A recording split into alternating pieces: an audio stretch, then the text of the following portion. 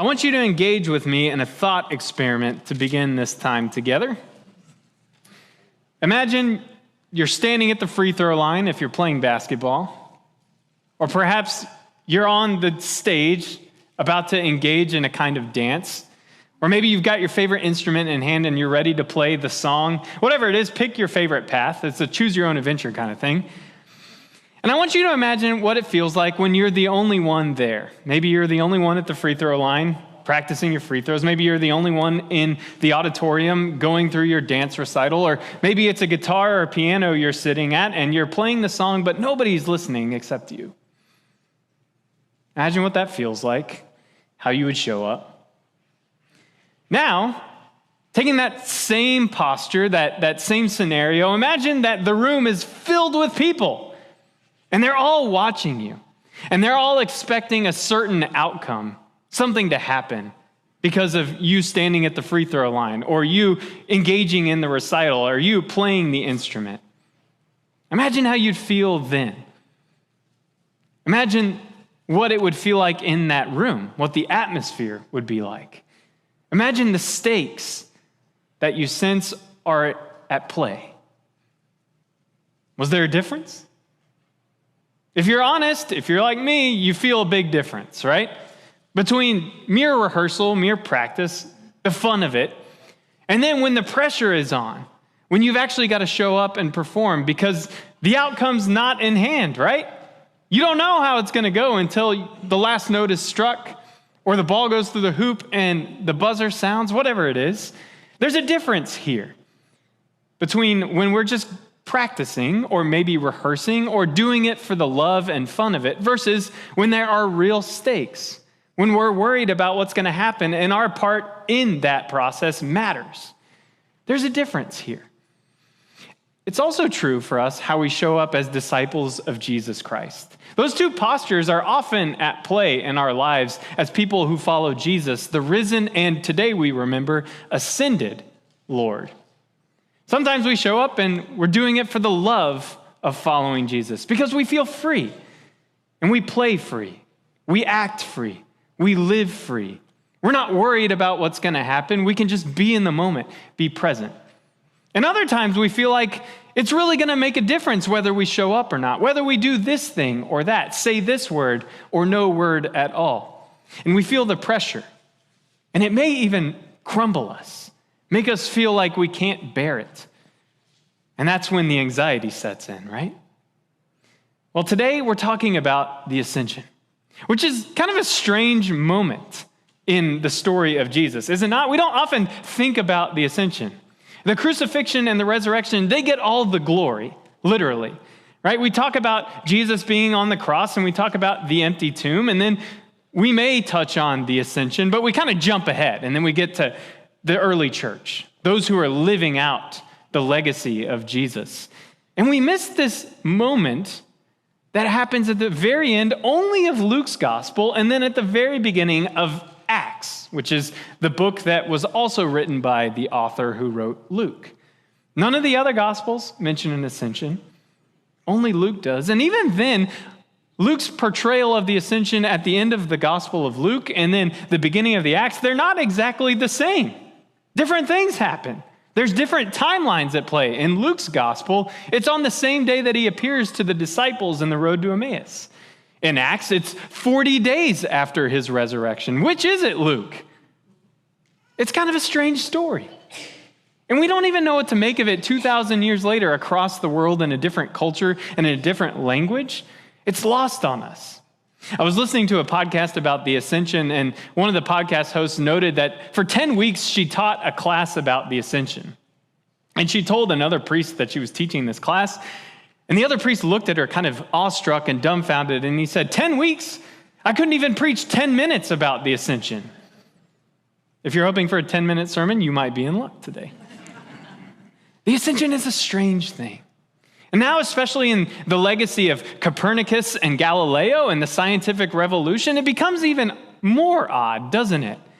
We have to make decisions about how we think about this story of Jesus ascending into heaven, leaving behind his disciples at Bethany. Did he literally take off? Like he had rockets behind him, like the spaceships we see launch from NASA?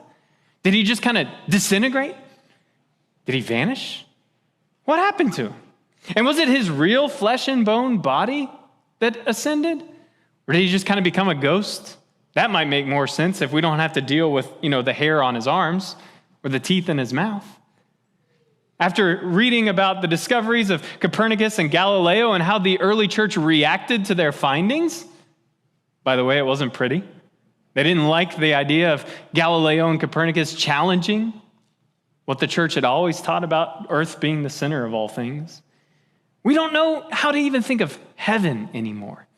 In fact, after the scientific revolution and the Enlightenment, we've kind of kicked heaven upstairs and off the premises of earth, haven't we? We've made heaven this thing that only happens to us after we die. Once we leave this embodied state and we become souls that go somewhere, that's when heaven comes into the picture. And so in this line of thinking, if we're making sense of heaven as this disembodied spiritual state that is only available after we die, then Jesus, he's no longer around in the same way. If he ascended into heaven by this line of thinking, he's no longer working in this world, working in this timeline, that he's really only relevant to us once we die. Brian Zond, who's a pastor in Missouri, talks about it like this. He says, ever since the Enlightenment and the scientific revolution, we've taken the title Lord away from Jesus and we've made him instead Secretary of Afterlife Affairs. You see what happens when we don't know how to make sense of the ascension, make sense of heaven, make sense of where Jesus is in this whole thing. It's strange, and so we don't even preach 10 minutes about it. We don't even give it a second thought. Did you hear the psalm that Becca read, Reverend Becca, I should say, at the very beginning when she was lighting the candle? Psalm 47. Did you hear the words of the psalmist there? This is what it says in Psalm 47. God has gone up with a shout, the Lord with the sound of a trumpet. Sing praises to God, sing praises. Sing praises to our King, sing praises.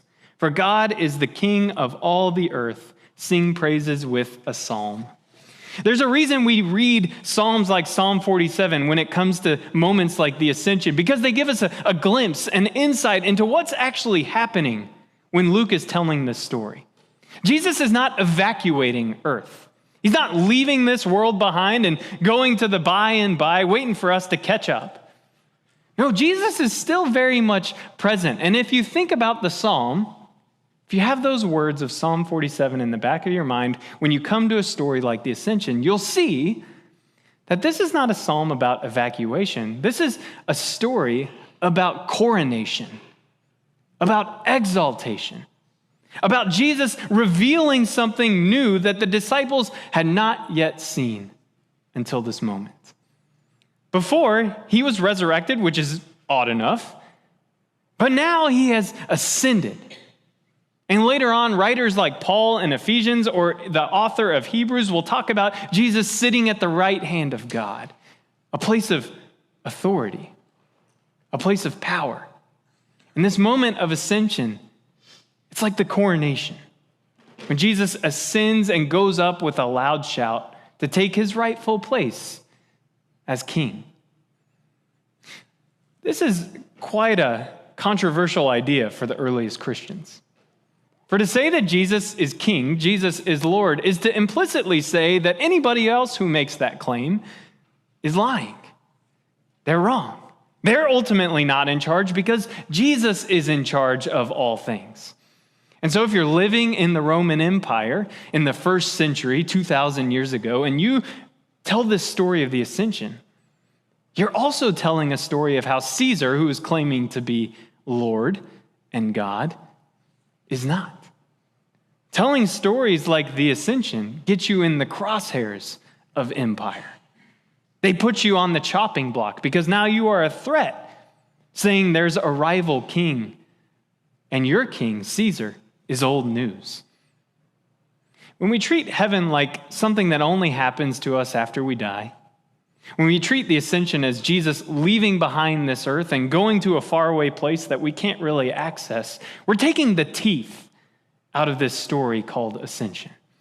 We're taking the claim of Jesus' power away. We're defanging it. And Jesus is just kind of left to mind the pearly gates and be a cheerleader for us from who knows where. But it's so much more than that. We're making a strong claim about who's really in charge, who we're really obeying as disciples. There's a village in southeastern France called Les Chambon. It's actually got a longer name, but I'm not going to attempt to pronounce it. Les Chambon was famous because in World War II, they were known for rescuing and housing and then transporting refugees and Jews to safety across the occupied France to neutral countries like Switzerland. Now, in the 1930s, Les Chambon got a new pastor in the local Protestant church. His name was André Tocquemay. And André and his wife, Magda, showed up in the 30s, and they began to pastor this Huguenot congregation. Now, the Huguenots, in case you're not familiar, they were a persecuted Protestant group in France. And for 300 years, they suffered not only isolation and exclusion, but even violence at the hands of Catholic authorities. And so they lived in this village together of Les Chambon, and Tocquemay was their minister. And then in 1940, France surrendered to the Nazis. And France was now under the power of a different authority. And with the Nazis came all their ideas and their laws about what to do with people who didn't quite fit in their worldview. People like Jews, people like gypsies, people like LGBTQ folks. They didn't fit. So they were to be gotten rid of. So refugees started hearing about this place in southeastern France called Les Chambon that would not only not turn you over, but they would embrace you. They would give you forged documents, a new identity, so that you could hide from those who were persecuting you. They would get you safely across borders so that you could begin life in freedom. Les Chambon is estimated to have rescued between 3,500 and 5,000 people. Now, in 1942, the authorities start hearing about Les Chambon, and they start sending armed officers into the village to take up residence, to sniff out and get rid of those who are unwanted in Nazi France. And eventually, they go to André Tocquemay, the pastor of this little church, and they say, "We want to know where you're hiding the Jews." And he says, I don't see Jews. I only see human beings. And then he gathered his church in 1942, August of 1942. And in a sermon, he implored his congregation. He said, "We only do the will of God, not the will of men." For weeks, the armed authorities patrolled Les Chambon, but to no success. They were frustrated because the villagers were able to successfully hide and avoid the Nazi authorities. And after a few weeks, the authorities left with empty hands. Les Chambon continued to harbor people and protect them because they were human beings and because they knew who was actually in charge. They knew who was king over all creation, and it wasn't Adolf Hitler. It wasn't the local authorities in southeastern France. It was Jesus. And there was something about their own story of suffering and persecution that allowed them to have empathy, to connect with those who were now suffering, and to create a space of belonging for them. That's what it looks like to embrace the story of ascension. To not lose its power, to not lose its claim, to not even lose its controversy. So what does that mean for us today? Here in San Antonio in 2025, what does it look like to be obedient followers of this one who has ascended, this one who claims to be king? Well, there is a hint of it in that Ephesians reading that Reverend Becca gave to us. Ephesians 4 talks about this. It says, if I can find it, "To lead a life worthy of the calling to which you have been called, with humility and gentleness, with patience, to bear with one another in love, to make every effort to maintain unity in the body, in the bond of peace." If you think about it, those things seem to be in short supply in our world today, don't they? Humility and gentleness, bearing with one another in love. Stanley Hauerwas, who's a theologian who teaches at Duke Divinity School, talks about how the church is always called to be a community of peace and truth because we exist in a world that is hurting and suffering from fear and lies. The church is called to be an alternative community, to be something set apart, even in occupied territory, to be a people of blessing in a world that wants to curse, to be a people of unification in a world that wants to divide, to tell the truth when we exist in a world where we can't make sense of what's really real, to be a people of peace instead of being afraid. And we can live like this because Jesus promises that the outcome is already in hand. Not only is the ascension of Jesus a moment of coronation, but the ascension is also the guarantee that the outcome is already in hand. There's a Christian writer and priest named Oliver O'Donovan who says that the ascension is the foundation upon which, the ascension is the foundation which determines the whole future. It's the foundation which determines the whole future. It casts hope upon our days from here as those who follow Jesus, but it also casts a shadow upon any regime and would-be authority who makes rival claims about power. The ascension says the game is in hand, that you don't have to worry, that the jig is up, that it's wired in your favor, which means you don't have to fear, which means you can be free to step up to the free throw line without worrying about how it's going to go, free to dance or play the instrument without worrying about what's going to happen. You don't have to worry because the outcome has been determined. It's all said and done. And it's good news. It's good news for you. It's good news for me. It's good news for the entire creation that Jesus has ascended and promises that all shall be well, that the sad will become untrue as we sing in the song. So you can be free. You can take risks. You can be courageous. You can stand up for peace and truth in a world of fear and lies. You can love your neighbor, risk giving away your time and energy, even your money, because it's all going to be okay. Because Jesus has ascended, and there is no other Lord or ruler in charge. That we can be free to be the people God has made us to be. In just a moment, you're going to be invited to come forward to the table, to receive a piece of bread and to dip it into the cup, to receive what we call the body and blood of Christ. Here at the table, it's the epicenter. It's the central location of what it means to be the people of God, to be followers of this one who claims to be king. Here at the table, we learn and we are shaped. We are trained to be the people of peace and truth, to be a people of humility and gentleness, to bear with each other in love, because we gather together and we look each other in the eyes as we come forward. And we don't see Jew or Greek. We don't see slave or free, male or female. We see a human being. We see one claimed by Jesus as beloved and belonging and worthy of redemption. We see somebody who has been given gifts by Christ, who has ascended, who is filled with the Spirit of life. It's here at the table that as we eat the bread and we receive the juice, that we make those things a part of ourselves, and yet in a mysterious fashion, those things make us a part of something. They make us a part of the body of Christ, which is here in this world right now. Jesus hasn't left the premises. Look around the room. You're looking at his members. You're looking at people who are making up the body of Christ. He's not gone. He is here. He's not left us. He is present. He is not given up. He is Lord.